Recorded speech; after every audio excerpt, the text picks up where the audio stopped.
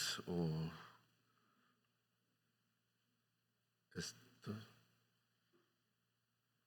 ¿Cuál es esta? Ah, no. Círculo verde. Es que me invitaron a ver Netflix. Ah, es esta. Ah, perdón. Ah, ok. Ok, gracias. Bueno, aquí la tecnología. Hablando de inteligencia artificial. Bueno, los psiquiatras esperamos que no nos van a reemplazar tan rápido, pero si los algoritmos a veces contestan mucho mejor que nosotros, desde luego, entonces tenemos que aprender. ¿Cómo es el tema de la salud mental? Y entonces les voy a contar un tema, por qué estoy yo acá, qué me hace, me le da sentido a mi vida en este sentido, y también hacia dónde nos podemos dirigir, como CAMEC, como gremio, agremiación médica, y soñar un futuro mejor de la salud mental de todos nosotros y nuestros afiliados. Entonces nos ocurrió una situación muy, muy triste, y yo creo que si esto no hubiera ocurrido, de pronto yo no estaría acá. Por desgracia, hay algunas desgracias que luego traen cosas buenas. Ya les voy a compartir algunas mías también personales, pero creo que esto nos abrió los ojos y los corazones y las mentes a que no puede pasar más. Tenemos que cuidar nuestra salud mental ahora sí, ¿no? Y cada vez que ocurre una situación como estas, yo en lo personal digo muchas cosas, pero me recuerdo de aquella vez en la cual yo estuve en una situación similar como a la que estuvo Catalina, ¿no? Eh, y es que cuando uno ha pensado en un momento dado terminar con su vida, como a mí me ocurrió después de un accidente muy complicado del que sobreviví, entonces después cada vez que ocurre esto, uno dice, yo también estuve ahí. Y muchos de nosotros hemos estado en esa posición. ¿Y hacia dónde camino ahora? ¿Hacia dónde me dirijo? Me hice esa pregunta en ese momento y luego en mis procesos de terapia las pensé, ¿dónde queda adelante? ¿Dónde es avanzar? ¿Avanzar hacia la consumación del acto? ¿O ese avanzar es más bien un retroceder? ¿O avanzo mejor hacia la vida y abrazo la vida? Me quedo en esta vida. Entonces, porque por desgracia esto pasa mucho y cada vez que pasa a mí se me vuelve a activar la misma pregunta. Yo estuve en ese lugar de este doctor, de esta doctora, y decidí avanzar hacia la vida. ¿Por qué él o ella no lo pudo hacer? Y yo hice de esto entonces una de las razones mías para vivir. Y bueno, creo que entre otras cosas por eso estoy acá. Pero entonces, ¿qué hice? Después de este tema, de este accidente, hay un tema que es un poco técnico, pero bueno, no importa, se los voy a decir que es, entre otras cosas, el trauma, los traumas generan un disfuncionamiento mental grave cuando esos ocurren, pero entre otras cosas se le plantea a uno una pregunta casi existencial, que es la de la culpa del sobreviviente. Tanta gente en las circunstancias mías, tanta gente murió y yo me salvé. ¿Por qué? Me siento culpable a veces. A veces mi mamá decía, no, es bendecido por Dios. La Virgen lo salvó para que hiciera algo bueno por la gente, decía ella. Pero esa culpa y esa sensación de ser diferente, de estar muy traumatizado desde todos los puntos de vista, después uno dice, bueno, ¿y ahora qué voy a hacer? Entonces, bueno, decidí, ya había comenzado a hacer psiquiatría un poco en ese momento y decidí, bueno, ahora la salud mental va a ser lo mío y me voy a dedicar a la psiquiatría, entonces hice la formación y comencé a hacer un proceso de terapia y de rehabilitación que continúo, eso sigue todavía, sigo trabajando en ese tema y todavía tengo flashbacks y tengo secuelas y tengo cosas de esas. Eso fue hace más de 30 años. Y entonces hice terapias, muchas terapias, sigo haciendo terapias. Hice una formación en psicoanálisis, hice, bueno, otras formaciones, otras alternativas de terapia, y me puse a escribir mis memorias. ¿Qué estaba sintiendo? qué estaba pasando, por qué, cómo así, tal. Y entonces es como un hobby, una pasión y una terapia también el escribir. Creo que los de ustedes que lo hayan hecho seguramente lo han experimentado, cómo se siente uno mejor. Entonces por eso finalmente terminó gestándose este libro, que un alumno me preguntó, profe, ¿cuánto se demoró en escribir el libro? Y en escribirlo, además este libro es una reescritura, cada uno de ustedes lo va a recibir por asociación. Les ruego una disculpa que es que no tengo para todos, pero cada uno en su asociación lo va a recibir ahora. Paula se los va a entregar, por ahí algunos de ustedes, por allá está Paula, por asociación. Entonces me dijo, ¿cuánto se demoró en escribir? En realidad la primera versión me tomó 5 años, ya la sentada a escribir en serio el volumen. Pero la segunda, esta fueron en realidad 2 años que fueron durante y después de la pandemia, porque tenía que ser actualizado a la pandemia, porque como sabemos la pandemia nos pegó durísimo, durísimo, durísimo en cuanto a salud mental, principalmente a nosotros los profesionales de la salud, a toda la sociedad, pero a nosotros mucho más, desde luego los que estuvieron en el frente tratando de atender pacientes COVID, etcétera. Pero como médicos en general y como instituciones médicas nos pegó muy duro. Entonces él me preguntaba, yo le decía, bueno, la gestación del libro me ha tomado 30 años. La escritura final, bueno, del primer tomo fueron 3 y el segundo 2, que no es que yo me sienta a escribir 8 horas al día, me toca hacer consulta, me toca dictar clase, y bien, pero fue un mecanismo de elaboración del trauma para mí, esta escritura. Y entonces después la vida, las circunstancias, muchas cosas me han llevado a ser el psiquiatra o el psicoanalista de muchos médicos, de muchos de mis colegas. Creo que el otro día estuve haciendo una estadística y creo que más del 50% de mis pacientes son médicos o son profesionales de la salud. Entonces sé por qué sufren y cómo sufren. Y muchos han estado en esa situación de que de pronto mi vida ya no tiene más sentido y entonces se me reactiva de un modo positivo la memoria cuando yo también lo pensé y dije, venga, aquí vamos a trabajar juntos, a encontrar ese sentido de la vida. Y entonces, después, hace unos años, llegó a mi conocimiento esta imagen del kintsugi, bombillito, bueno, el kintsugi se ve claramente en la exposición, que es este arte milenario japonés. Seguramente algunos de ustedes lo han oído nombrar, y es que cuando una vasija, un bolsito de estos japoneses de cerámica o de porcelana se quiebra, los japoneses se lo llevan a un orfebre para que le pegue los pedazos con hilos de oro. Y dije, esa es la idea de la resiliencia.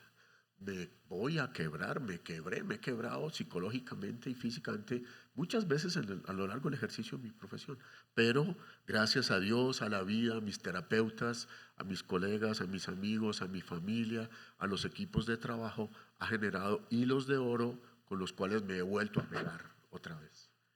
Y entonces he reconstruido de este modo mi vida. Para los japoneses, y yo creo que para mí, porque yo funciono desde el punto de vista del enriquecimiento postraumático, no solamente la resiliencia, superar el trauma, sino salir mejor librado de lo que estaba antes de que el trauma ocurriera por efecto del reprocesamiento que el trauma significa.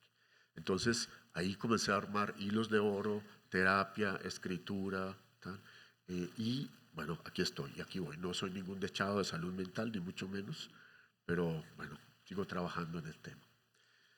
Pero Catalina y otros colegas no encuentran esos hilos de oro. Y entonces ahí es donde tenemos que pensar, bueno, ¿qué vamos a hacer y cómo podemos hacer para que esto no vuelva a ocurrir? Y entonces ahí hice de este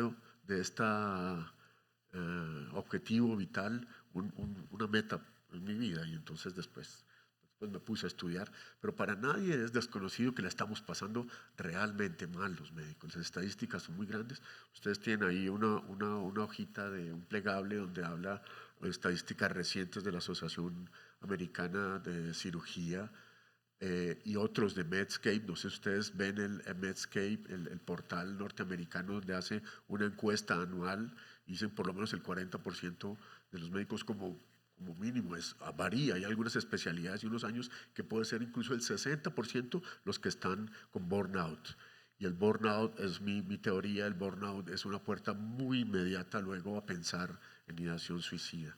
Pero las estadísticas de ansiedad, de depresión, crecen y crecen cada vez más y se triplicaron como efecto de la pandemia. Entonces no la estamos pasando bien los médicos y por eso estoy acá y por eso tener como organización de techo que puede de ahí para abajo facilitar muchos procesos también en salud mental, no solamente en certificación, me parece una oportunidad de oro para seguir trabajando. Pero bien, entonces después recibí, gracias a Dios y a la vida, una cátedra universitaria, entonces me tocó ponerme a estudiar de este tema.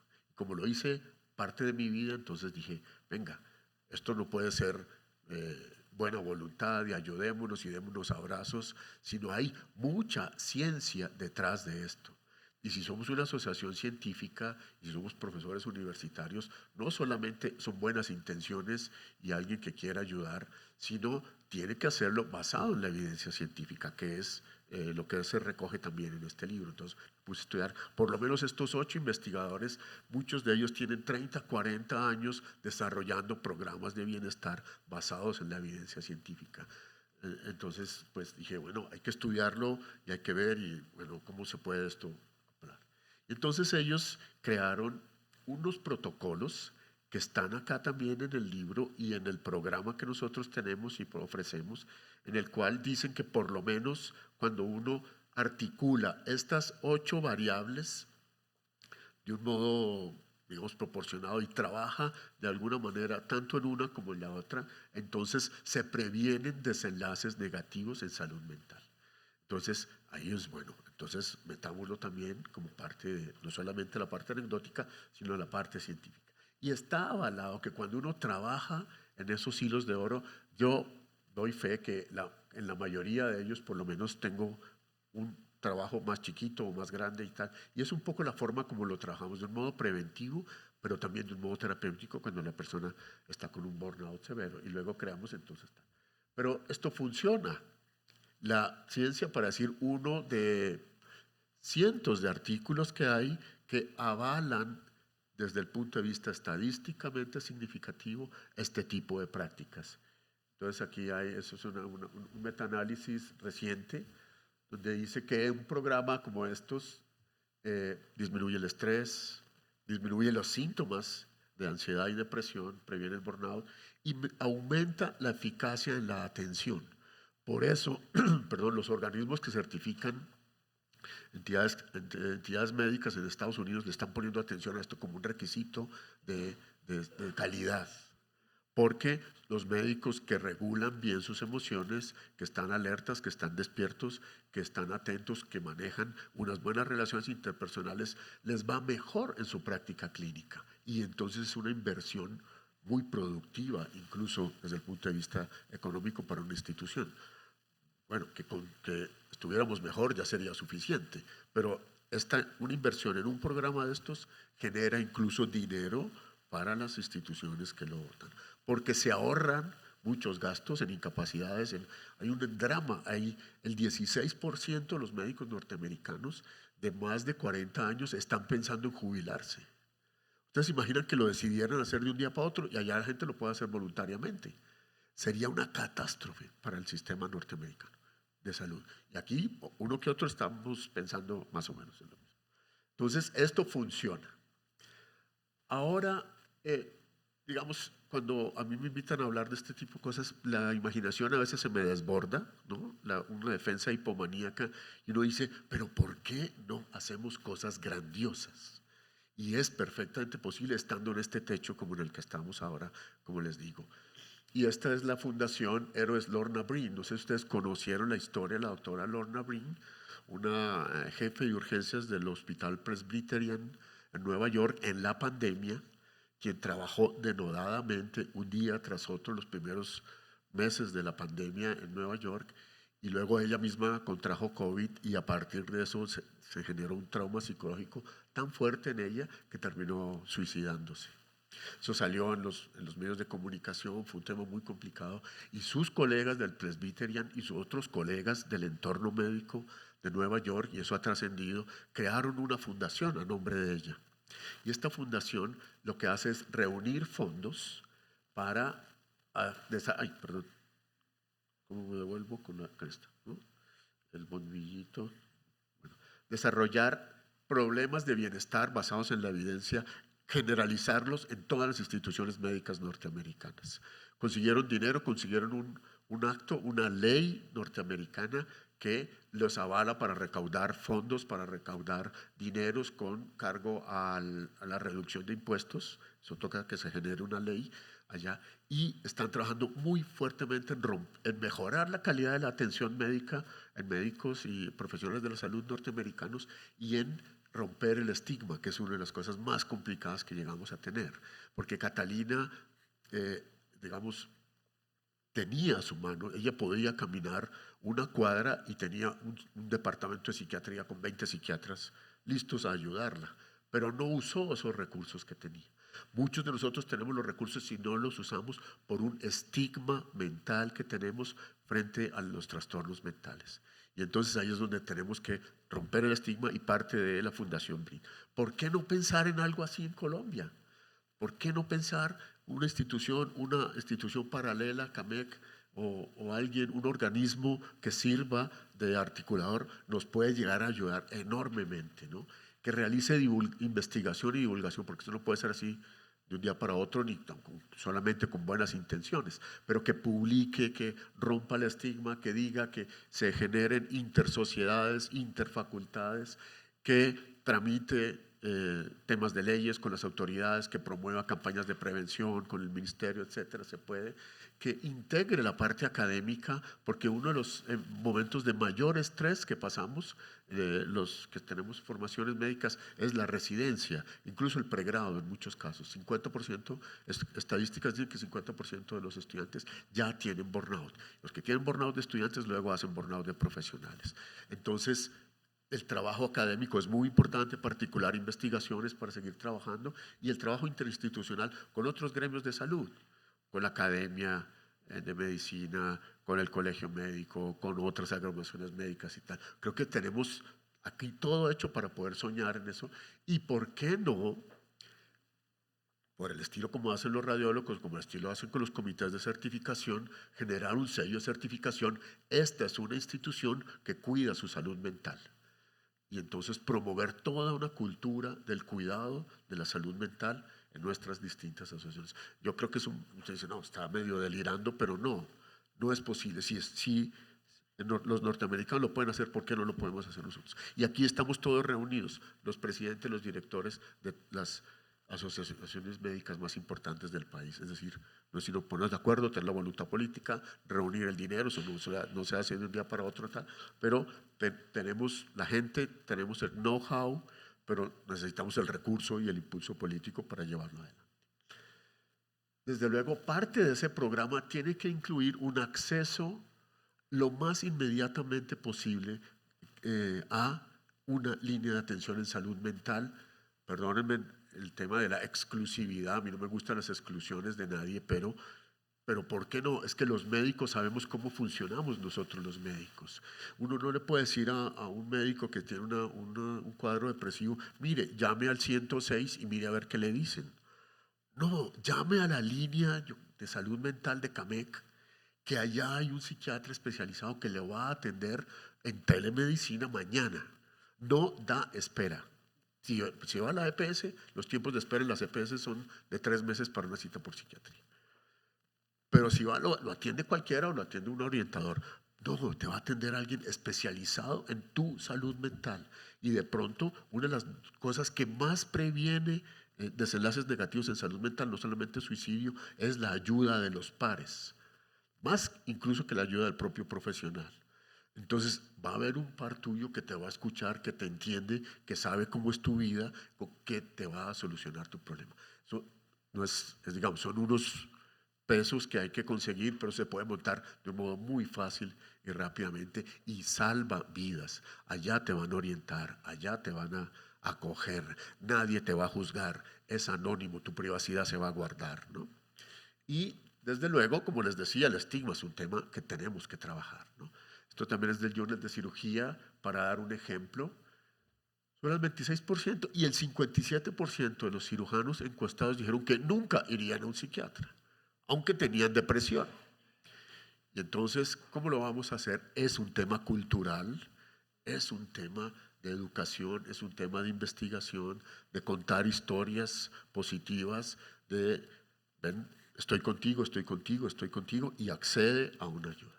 Bueno, estas iniciativas como las de Medias Locas, no sé, por eso es que me volví un poco famoso, entre otras cosas, porque hemos promovido este tema, porque la salud mental no tiene que ser aburrida, pesada y tal. El primer viernes de junio de todos los años, muchos de ustedes han participado y venga, mi salud mental es importante como un ejemplo de algo más, de un cambio cultural que estamos impulsando.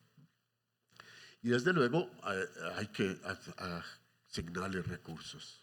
No es solamente con buena voluntad, las instituciones tienen que decir, esto es una prioridad, pero como les decía, es una prioridad productiva, incluso en términos económicos. No solamente salvamos vidas, disminuimos un enorme sufrimiento que puede implicar, ese sufrimiento puede implicar dificultades en el ejercicio de la profesión, sino también promover, intercambiar experiencias y seguir construyendo una red porque tenemos una de las mejores medicinas del mundo, todos lo sabemos. Los médicos colombianos somos muy apreciados en todas partes del mundo y en todas las especialidades hay colegas destacadísimos en Europa, en Norteamérica, en grandes universidades. Podemos hacer también la mejor medicina del mundo desde el punto de vista de salud mental. Lo que tenemos que crear es una red, una conciencia de trabajar por el bien de la salud mental, de unir cuáles son mis hilos de oro, cuáles son los tuyos, cómo estamos trabajando. Venga, unámonos y desarrollemos una red de apoyo entre todos. Y porque uno solo no puede, una institución sola además le sale carísimo. Si podemos hacer ya uno, pero todos unidos, ¿por qué no generar, por ejemplo, un app, hablando de electrónica, ¿no? Un app exclusivo para médicos y profesionales de la salud, con recomendaciones directas? Si los cardiólogos quieren armar uno por su lado y los radiólogos por el otro, les sale muy caro a cada uno. Una línea de atención exclusiva para profesionales de la salud sale mucho más económico si hacemos una red fuerte, solidaria, sólida, basada en la evidencia científica y en el amor por nuestra profesión y por nuestro trabajo. Muchas gracias.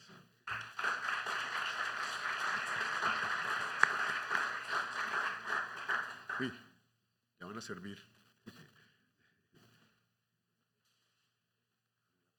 Doctor Alarcón, muchas gracias.